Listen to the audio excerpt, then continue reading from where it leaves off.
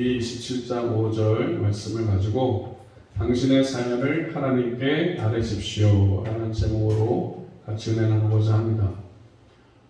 오늘 제목은 본문하고 거의 똑같습니다. 요새 우리가 이제 또 모세오경을 계속 쭉 읽어가고 있는데요. 읽는 가운데 이 본문 말씀이 들어왔습니다. 매번 이렇게 읽지만 그때마다 하나님이 주시는 어떤 그런 포인트들이 있죠. 근데 이번에는 쭉 읽어가면서 민수기를 이제 읽게 됐잖아요. 그런데 이 27장 5절 말씀, 모세가 그 사연을 여호와께 아뢰니라. 이 본 말씀이 참 많이 와닿고 또 은혜가 됐어요. 그래서 같이 오늘 이 시간 여러분과 나누고자 합니다. 그 TV 프로 중에 그 유재석하고 조세호가 하는 프로가 있어요. 유키즈 온더 블록이라고 길거리 돌아다니면서 그냥 무작위로 그냥 만나는 분들 만나서 같이 얘기하는, 그래서 얘기하다가 나중에 문제를 내고 그 문제를 그분이 맞추면 100만 원을 상금으로 주는 그런 프로예요. 요새 이제 코로나 때문에 돌아다니지 못하고 이제 이 실내에서 그냥 초청해서 그렇게 이야기를 하는데, 전에는 막 돌아다니면서 그냥 만났죠. 그러다 보니까 정말 각계각층의 여러 부류의 사람들을 만나고 대화하게 됩니다. 이렇게 사회적으로 일반 우리가 성공했다라고 말하는 그런 사람들도 만나고, 아니면 정말 한평생을 정말 알아주지 않지만 정말 우리가 말하는 좀 어려운 그런 직종이 있잖아요. 그런 일 하면서도 묵묵히 자기의 자리를 지키고 가장의 역할을 감당하면서 소신 있게 살아가는 분들, 또 할머니, 할아버지, 젊은이들, 또 애들, 각계각층의 사람들 남녀노소를 불문하고 만나고 쭉 얘기를 해요. 근데 그거를 이렇게 한 번씩 이렇게 보면 굉장히 유익이 되는 건 정말 다양한 분들의 그런 삶의 이야기를 들을 수 있고, 또 그분의 어떤 사회적인 위치를 떠나서 그분의 삶을 이야기할 때 우리가 많은 것을 배울 수 있는 것 같아요. 그래서 유재석도 그것을 쭉 진행하면서 자기가 많이 배운다고 그런 고백을 해요. 정말 눈물 없이 들을 수 없는 그런 사연을 가진 분도 있고요. 또 정말 한맺힌 그런 부분도 있고요. 또 때로는 정말 웃음을 짓게 하는 정말 그런 재밌는 그런 이야기가 있기도 하고요. 또 큰 감동을 주는 그런 이야기를 하기도 합니다. 또 어떤 사람 이야기는 정말 얘기만 듣고 있어도 화가 나는 그런 어떻게 저런 일을 당하나 그런 것도 있고요. 참 다양한 이야기를 듣게 되고 사연들을 듣게 됩니다. 우리가 어떤 나이대를 사든 또 어떤 직업을 가지고 있든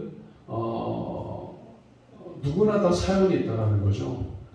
아마 여러분도 정말 여러분의 사연의 보따리를 풀으려고 그러면 정말 3박 4일이 못다르는 그런 분들이라 생각해요. 또 더군다나 어르신들은 더 그렇죠. 오랜 시간 70년, 80년, 90년을 살아오시면서 얼마나 많은 사연들을 갖고 계시겠어요. 근데 이런 사연들이 있는데 이 사연들을 어떻게 이제 해결하느냐, 이게 참 문제인 것 같아요. 왜? 많은 사람들이 사연이 있는데 그것이 다 좋은 사연이면 좋은데 그렇지 않잖아요. 근데 그런 사연들이 잘 해결되면 괜찮아요. 해결되면 한으로 남지 않죠. 그리고 그것이 내 삶에 영향을 끼치지 않겠죠. 그런데 많은 한국 사람들이 그것을 한으로 갖고 있죠. 울분으로 갖고 있고 이걸 해결하지 못한 가운데 그냥 그걸 품고 살아요. 그러다 보니까 마음도 육체도 정신도 이것이 좀 힘들어지는 그런 모습을 많이 보게 됩니다. 가장 좋은 상담은 상대방의 말을 잘 들어주는 거라고 해요. 많은 상담가들이 이런 처세술을 얘기하지만 가장 좋은 건 그 상담하러 온 사람의 말을 경청해 주는 것이다 라고 이야기를 해요. 근데 사실 우리가 경청해 준다는 것이 쉽지 않습니다. 더군다나 그 상대방의 그 사연이 좋은 사연이면 괜찮은데 그렇지 않은 사연일 경우에는 한두 번은 들어줄 수 있겠죠. 그런데 이것이 계속 반복되어지면 듣는 사람이 너무 힘들어져. 그러니까 나중에는 이제 그게 또 싫어지죠. 그럼 또 이제 관계가 좀 어려워지고 힘들어지는 것을 굉장히 많이 보게 됩니다. 물론 우리가 다른 사람한테 내 사연을 이야기함으로 내가 어떤 문제를 해결받는 경우가 물론 있습니다. 그런데 말씀드렸듯이 지속적으로 이것을 할 수 없다는 거예요. 어느 누가 내 사연을 맨날 들어주겠어요. 참 그게 어려운 일이 아니겠어요? 더군다나 또 들어준다 하더라도 이것을 잘 해결해 줄 수 있는 능력이 그 사람한테 없다는 거예요. 그야말로 들어주는 것에서 끝날 수 있어요. 그런데 오늘 본문에 보니까 모세가 그 사연을 여호와께 아뢰다라고 말합니다. 우리 지금 성경은 그 사연이라고 되어 있는데 세 번역에 보면 다른 단어를 사용했습니다. 세 번역은 모세가 그들의 사정을 주님께 아뢰다. 현대인의 성경은 모세가 그 문제를 여호와께 말씀드리자라고 되어 있습니다. 그러니까 사연, 사정, 문제 이게 다 이제 같이 해석되어진 부분입니다. 그러니까 저나 여러분이나 삶을 살아가면서 사연 없는 인생이 어떻겠습니까? 사정 없는 인생이 어떻겠어요? 문제 없는 인생이 어떻겠어요? 근데 과연 그러면 우리가 일평생 죽을 때까지 사연이 있고 사정이 있고 문제가 있을 텐데 그것을 어떻게 해결해야 될까? 오늘 본문은 우리에게 그 길을 제시해 주는 거예요. 아마 여러분 이 본문의 말씀을 누누이 해왔을 거예요. 하나님께 아뢰는 것. 그런데 정말 우리가 매 순간마다 내 사정과 내 사연과 내 문제를 하나님께 아뢰는가 좀 점검해 보시기 바라고요. 앞으로의 삶 가운데도 동일하게 사연이 내 사연뿐만 아니라 이제 다른 사람의 사연 내가 듣게 될 거 아니겠어요? 남편이든 아내든 자식이든 형제자매든 이웃이든 또 교회 성도든 또 사회의 어떤 사연이든 이걸 다 듣잖아. 이렇게 다 듣게 되면 그 사연을 이제 누구한테요? 하나님께 이제 아뢰는 거야. 오늘 키는 거기에 바로 여기에 있습니다. 여기서 그 사연이 무엇일까? 오늘 본문 27장에 나와 있는 그 사연은 본문 27장 앞부분에 나와 있어요. 자, 1절을 한번 볼게요. 1절. 자, 같이 한번 읽을게요. 시작. 요셉의 아들 므낫세 종족들에게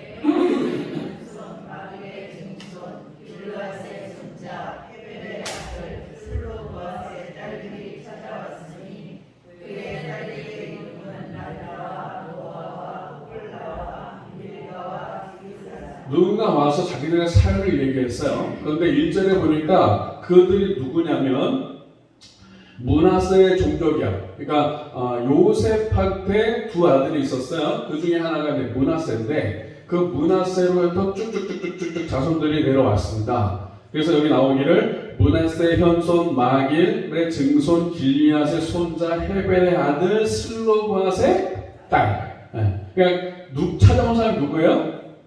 결론은 슬로브앗의 딸들이 찾아온 거예요. 슬로브앗의 딸들이. 근데 그 슬로브앗의 딸들이 왜 찾아왔냐? 그 사연이 뭐였냐면 아버지가 있었어요. 그 아버지가 누구예요? 슬로브앗이지. 그 슬로브앗이 죽었어. 이 광야 생활하면서 죽었어요. 근데 아들이 있었으면 다행이었는데 아들이 없었어. 딸만 몇? 5. 거기 5명이에요. 딸만 5 낳고서 아버지가 죽었어요. 근데 이제 가나안 땅에 들어가기 전에 뭐가 선포됐냐면 이제 가나안 땅 들어가서 땅을 차지하게 될 거야. 그러면 그 땅을 각 지파 분배하고 그 지파는 또 그 종족별로 지금은 가문이죠. 우리로 따지면 가문별로 해가지고 다 나눠줄 거야. 아들들한테. 이렇게 발표가 된 거예요. 오늘 왜 이렇게 보기 칼칼해? 아들들한테만 주겠다 이거야. 그러니까 자기네는 아들이 없고 딸만 5인데 그 아버지 죽었으니까 이제 더 이상 땅을 상속받을 수가 없게 된 거예요. 그러니까 이 딸들이 야 이거 안 된다. 이거 우리도 이제 가나안 땅 들어가면 땅 상속받아야 되는데 우리 아버지가 돌아가시고 우리 아들 없다고 우리 이제 족보에서 빠지냐 안 된다. 해가지고 누굴 찾아온 거예요? 모세를 이제 찾아온 거죠. 모세를 찾아와가지고 이러이러하다. 우리가 억울하다. 우리도 땅을 기업으로 받게 해달라. 이거 온 거야. 그러니까 이 모세가 그것을 어떻게 했어요? 그 사연을 여호와께 말했다. 그러니까 모세가 이게 지금 40년, 당에 40년을 지난 때거든요. 그러니까 뭐 처음부터 해가지고 얼마나 많은 일들을 처리해 왔겠어요, 모세가. 더군다나 이제 이 막바지에 이르면서 아마 모세도 그냥 모세가 기본 왜 그때 당시 정서 이런 이 고대의 이 사정은 아들한테만 상속이 되는 거거든요. 그러니까 모세가 그냥 야 너희들 우리가 벌써 뻔히 알고 있는 거 아니야? 아들만 상속받는 거 안 돼. 이럴 수도 있는데 이 모세가 그러지 않고요. 그 사연을 그 딸내미 집에 와가지고 그 하는 사연을 하나님께 올려드립니다. 그랬더니 하나님이 어떻게 그 얘기를 듣고서 말씀을 해주세요. 그러면서 그래 그 딸들의 말이 맞아. 야, 아들만 상속받는 게 아니라 이제 딸들한테도 상속을 줘야 돼. 그러니까 걔는 딸들한테도 나중에 땅 분배해가지고 상속을 줘라 하고서 말씀을 하시고 그대로 집행을 하게 됩니다. 그러니까 정말 그 당시의 풍습상에서는 정말 획기적인 사건이었어요. 그러니까 딸들이 상속받을 수 없는 그런 시대에 그 슬롯의 딸들이 찾아와가지고 건의하고 모세가 그것을 하나님 앞에 말씀드리고 하나님께서 다시금 말씀하시는 길을 딸들도 상속하게 해라. 그래서 그때부터 이 딸들이 이스라엘 백성들 가운데 상속을 받게 돼요.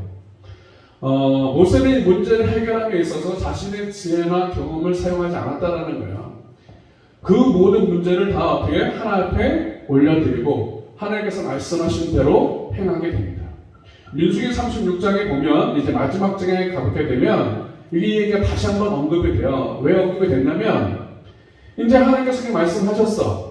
그런데 이제 그 므낫세 쭉 해서 그 어른들이 있잖아. 그 어른들이 생각해 보니까 야 딸들이 만약에 상속을 받아서 땅을 만약에 하고동에 어디 얼마큼을 받았다고 칩시다.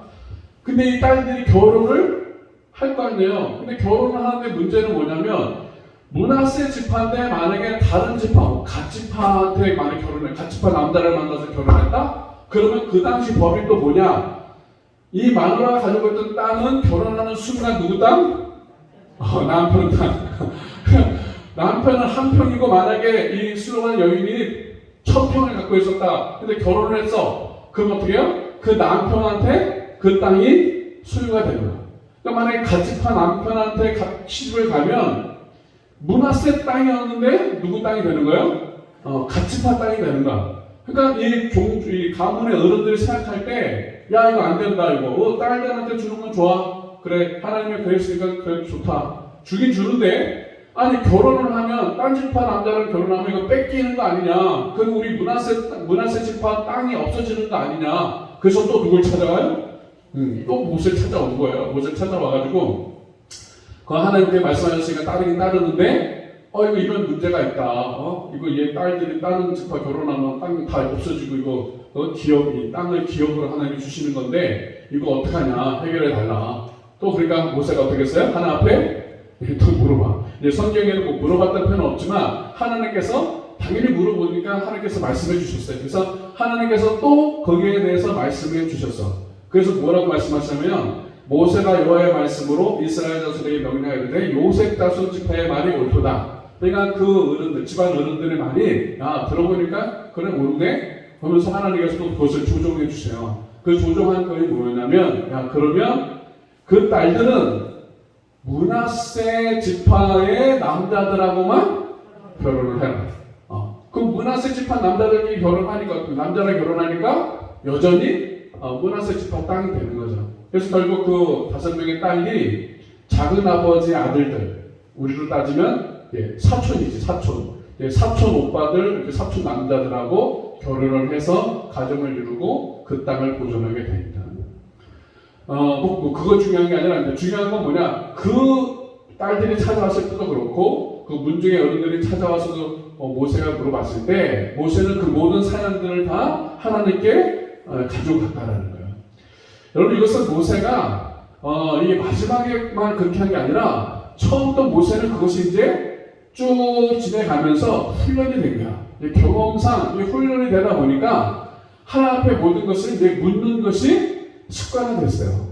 우리가 지난주에 말씀드렸던 것처럼 하나님 앞에 묻고 듣고 뭐 하자? 순종하자. 묻고 듣고 순종하자 말씀드렸어요. 이것이 체질화된 거야, 모세는. 왜? 만약에 모세가 그렇게 체질화되지 않고 모든 문제와 사연들을 하나님 앞에 아뢰지 않았다면 모세가 건강하게 120세 채웠을까요? 물론 하나님이 지켜주셔서 120세 죽을 때까지 눈이 흐려지지 않고 기력이 쇠하지 않고 이랬다고 성경 말하잖아요. 건강했다고 말해요. 근데 그럴 수 있는 또 하나의 비결은 그런 것 같아요. 그 많은 사람들이 처음에 그랬잖아요. 처음에 그 재판할 때 모세가 다 했잖아. 다 해가지고 이제 줄 세워놓고 하루 종일 하니까 그것을 누가 봤어요? 장인어른이 봤잖아. 이도로 장인어른이 보더니 야 이거 지혜롭지 못해. 야 너도 힘들고 기다리는 백성들도 힘들고 얼마나 힘드냐. 그래가지고 중간 리더들을 세웠잖아. 그래서 1000부장, 뭐 100부장, 50부장, 10부장 세워가지고 자잘한 것들은 그 사람이 처리하고 큰 것들은 너가 해. 그렇게 조절을 해줬어. 하지만 그래도 그 200만이 되는 사람들의 그 이끌어가고 매번 불순종하고 그냥 막 속색이고 막 이런 거 얼마나 많습니까? 근데 그걸 만약에 모세가 지가 하려고 막 했으면 아마 제 생명을 못 살고 아마 단명했을 거예요.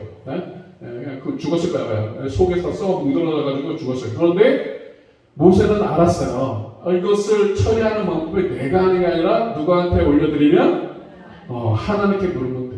하나님께 올려드리면 그냥 하나님께 올려드리고 하나님이 말씀하신 대로만 하면 돼. 이것이 이제 습관화되면서 체득하게 되니까 매 순간마다 이러한 사연들이 오면 얼마나 사연이 많겠습니까? 그 200만의 백성들한테. 근데 그걸 다 그냥 하나님께 올리고 그럼 하나님이 이렇게 해라 하면 그대로 말해주고 그냥 그 중간 역할만 하는 거예요.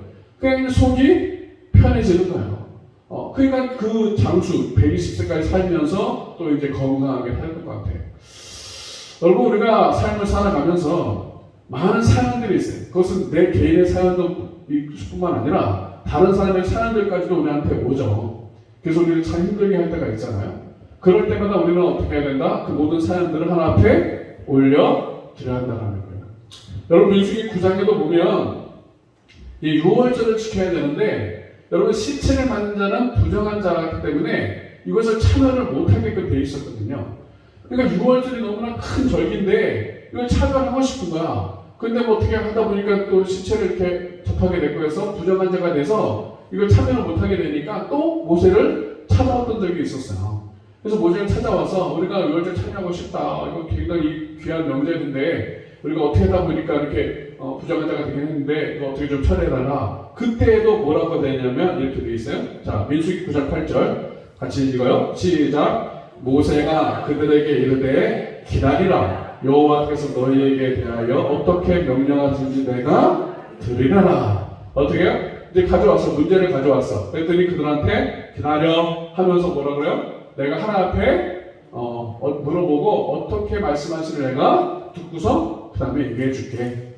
이것이 민수기 9장이니까 한창 앞이거든요. 그러니까 그때부터 해서 모세는 이것이 그냥 삶이 된 거야.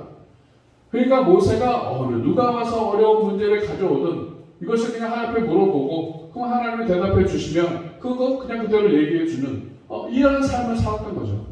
여러분 저와 여러분의 삶이 그렇게 될 줄로 축원합니다.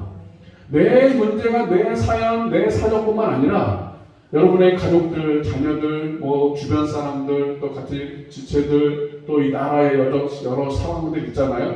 이런 것들을 어떻게 해요? 우리는 다 그냥 하나님 앞에 그냥 물어보는 거야. 올려드리는 거야. 그럼 그때마다 하나님께서 우리한테 말씀해 주셔요. 뭘로 말씀해 주시겠어요? 이 말씀으로 말씀하시는. 그러니까 저와 여러분이 말씀을 읽는 이유는 거기에 있는 거예요. 말씀을 읽을 때 내가 어떤 사정이 있고 사연이 있고 문제가 있었는데 어느 순간 말씀 읽는 간에 그 문제가 해결되어지고 그 사정, 그 모든 그것들이 해결되어지는 경우들이 굉장히 많아지는 거예요. 그러니까 저희 여러분이 매일같이 말씀을 읽으면서 하나님 앞에 또 기도로 하나님 앞에 올려드리는 거죠. 그 기도와 말씀의 삶은 바로 하나님의 음성을 듣는 삶이고 하나님의 묻고 듣고 순종의 삶을 통해 모세와 같이 귀하게 쓰는 삶이 될 줄 믿습니다. 이스라엘 백성들의 삶이 바로 그러한 삶이었어요. 자, 좀 긴데, 자, 민수기 9장 17절부터의 말씀이에요. 이스라엘 백성들이 광야에서 움직였던 방식, 이것을 잘 설명해 주고 있는데, 안 쳐놨어요. 길어서 여기 안 해놨고, 성경을 보셔야 돼. 민수기 9장 17절부터, 자, 9장 17절, 민수기 9장 17절. 자, 하나님께서 이스라엘 백성들을 그 광야에서 어떻게 인도해 가셨는가, 또 이스라엘 백성들은 어떻게 하나님의 인도하심에 따라갔는가를 잘 기록하고 있는 구절이 민수기 9장 17절부터입니다. 민수기 9장 17절부터 23절까지. 자, 한번 보세요. 자, 같이 한번 보십시다. 자, 민수기 9장 17절. 자, 찾으셨으면 17절부터 같이 시작. 구름이 성막에서 떠오르는 때에는 이스라엘 자손이 곧 행진하였고, 구름이 머무는 곳에 이스라엘 자손이 진을 쳤으니 이스라엘 자손이 여호와의 명령을 따라 행진하였고 여호와의 명령을 따라 진을 쳤으며, 구름이 성막 위에 머무는 동안에는 그들이 진영에 머물렀고, 구름이 성막 위에 머무는 날이 오랠 때에는 이스라엘 자손이 여호와의 명령을 지켜 행진하지 아니하였으며, 혹시 구름이 성막 위에 머무는 날이 적을 때에도 그들이 다만 여호와의 명령을 따라 진영에 머물고 여호와의 명령을 따라 행진하였으며, 혹시 구름이 저녁부터 아침까지 있다가 아침에 그 구름이 떠오를 때에는 그들이 행진하였고,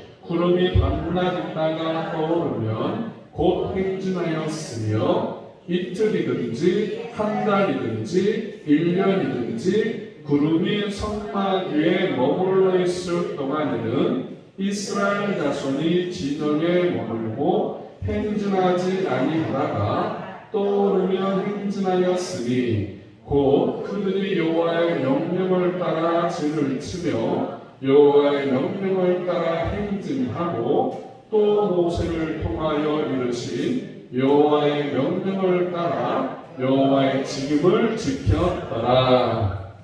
자, 문제. 자, 여호와의 명령을 따라 여호와의 명령을 지켜, 이런 표현이 몇 번 나와요?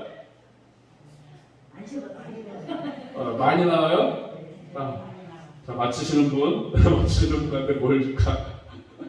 자, 몇 번? 자, 여호와의 명령을 따라 지켜, 이것이 몇 번 나올까요?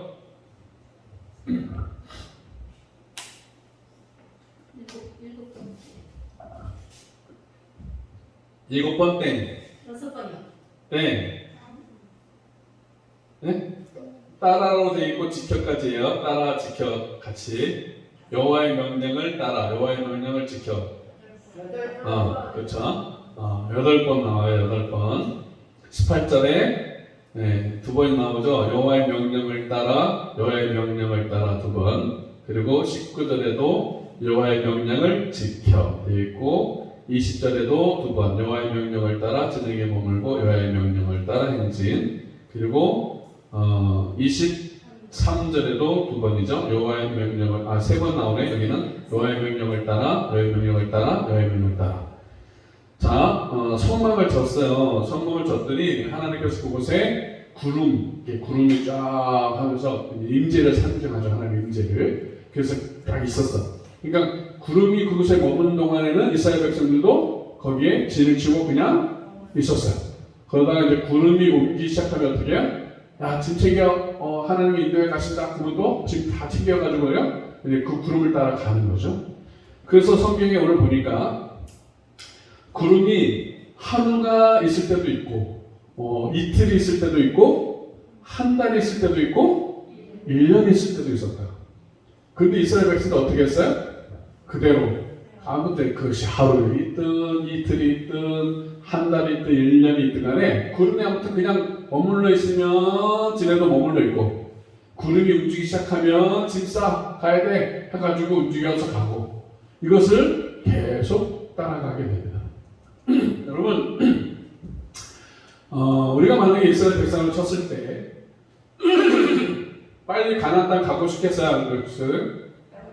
빨리 가고 싶겠죠.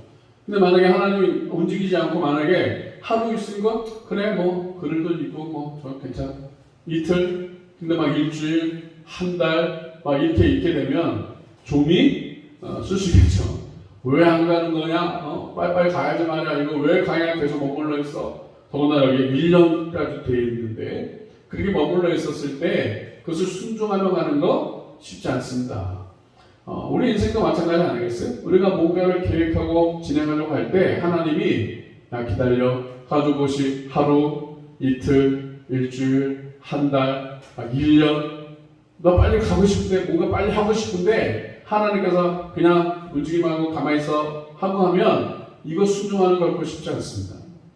근데 저와 여러분의 삶의 태도가 오늘 이 구름을 따라서 구름이 머물러 있을 때 지치고 그냥 머물러 있고 구름이 움직이며 행진했던 이스라엘 백성들 그 하나님의 명령 따라 머물고 행진했던 것처럼 우리의 인생의 길도 마찬가지로 하나님의 명령 따라 움직이고 멈춰야 될 줄로 믿습니다.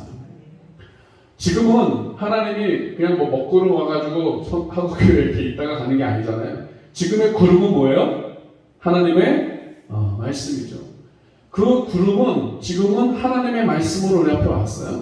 그래서 그 말씀을 보면서 그 말씀이 인도해 가신 대로 가는 거야. 근데 그 말씀하신 대로 가려면 오늘 본문처럼 그 모든 사연 속에 그것을 다 하나 앞에 올려드리고 하나님께서 말씀하시는 대로 내가 따르겠다라는 결단이 반드시 있어야 됩니다. 말씀드렸죠? 다 누구나 사정이 있고 사연이 있고 문제가 있습니다. 그런데 이 사연, 사정, 문제를 내 힘으로, 내 경험으로, 내 마음대로, 내 계획대로 하려고 하면 결코 하나님의 역사를 이루지 못한다는 것입니다.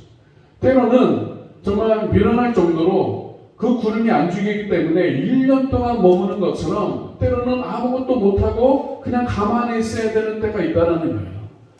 누구나 모든 인생 가운데 그렇습니다. 모든 인생 가운데 교회도 마찬가지고 우리가 막 해서 되는 게 아니라 하나님의 명령 따라 갈 때 우리가 멈출 때는 멈추고 인도하실 때 그 순종에 갈 때 하나님은 그 순종의 길을 통해 하나님은 역사하신다는 것입니다. 여러분, 저와 여러분의 인생에 여러 가지 계획을 세우고 진행할 수 있어요. 그런데 오늘 이 본문을 통해서 주시는 말씀대로 특별히 그 구름을 따라 갔던 여호와의 명령 따라 그 구름이 여호와의 명령이었잖아요. 여호와의 명령을 따라 행진하고 멈췄던 이스라엘 백성들처럼 저와 여러분이 여호와의 명령 따라 가고 멈추면 그 인생 어떻게 해요? 하나님의 그 역사하심을 그 은혜를 경험하는 인생이 되는 것입니다. 그런데 나 빨리 가고 싶어 해가지고 혼자 뛰쳐나갔다? 그 인생 어떻게 되겠어요? 이스라엘 백성들 가운데 구름이 머물러 있는데 안 돼, 나 빨리 갈까? 해가지고 혼자 광야를 갔다. 필히 죽었겠죠. 우리 인생이 그런 거예요. 내 계획대로 내 마음대로 살면 끝나는 거예요. 여러분, 저와 여러분 매일매일 순간순간 그 구름의 인도함을 받았던 이스라엘 백성들처럼 하나님의 말씀의 인도함 속에 살기 주보로 축원합니다. 그래서 정말 그 모든 사연들, 문제들, 사정들이 났을 때 우리 흔히들 또 어르신들 그런 말도 하잖아요. 내 사정은 누구도 몰라 막 이런 말 하세요. 근데 그것은 정말 사람은 모를 수 있어요. 그러니까 누구한테 말해야 돼요? 하나님께 말씀해야 돼요. 그러니까 이 모세 대신에 거기에 이제 자기 이름을 넣으시면 되는 거지. 모세가 그 사연을 여호와께 말했다는 하는 것처럼 여러분의 이름을 넣고 장균이가 그 사연을 하나님께 말했다. 그러니까 만약에 저도 이제 목회를 하다 보면 우리 성도분들이나 아니면 주변 분들이나 목사님 이런 문제 있어요, 저런 문제 있어요 하면서 가져오실 수 있잖아요. 가져온다고 하면 제가 다 해결해 줄 수 없잖아요. 없어요. 그건 저는 정말 이제 식상한 말일 수밖에 없지만 기도해 드릴게요. 이게 정답일 수밖에 없어요. 기도가 뭐예요? 하나님께 아뢰 드릴게요. 이거거든요. 집사님이 찾아와가지고 어려운 얘기 하실 때 목사지만 정말 어떻게 해줄 수 없어. 그럼 어떻게 해요? 하나님, 누구 집사님이 이 사연이 있네요. 하나님 이 사연을 들어주세요. 하면서 제가 그것을 올려드리는 거지. 모세가 이 딸들이 참 어려운 일이 있네요. 이 기업에 문제가 있는데 하나님 이 사연을 올려드려요. 하나님께서 말씀해 주세요.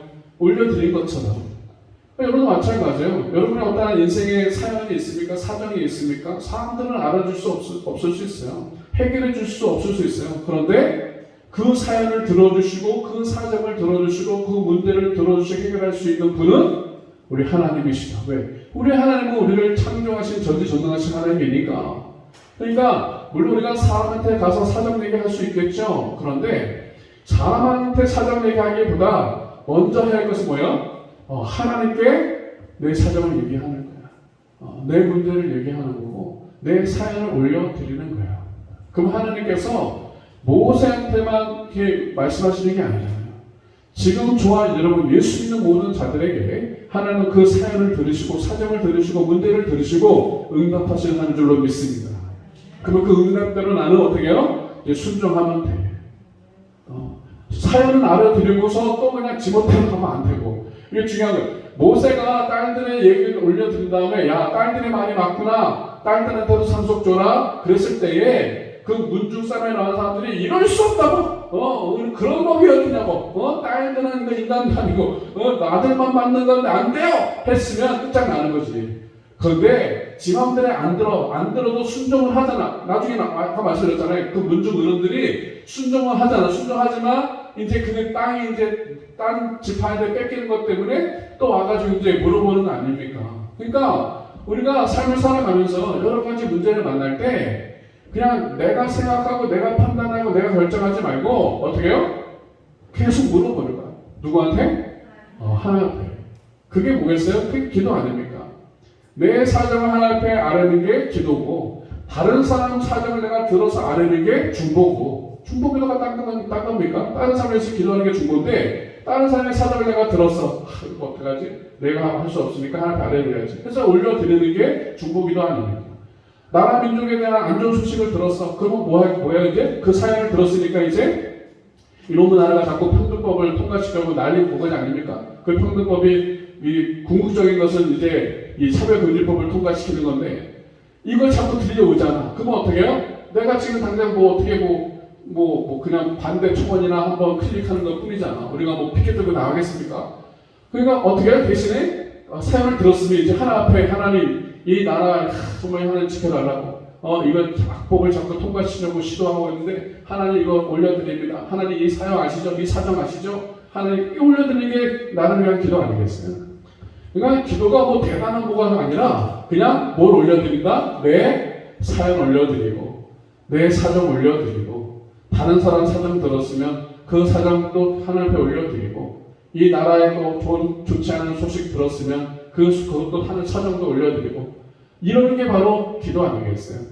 그 반드시 하나님은 그 모세의 그 소리를 들으시고 응답하시고 역사하셨던 것처럼 그리고 그 딸들이 해결받았던 것처럼 저와 여러분의 삶 속에 그 사연 사정 문제 해결해 줄 줄로 믿습니다.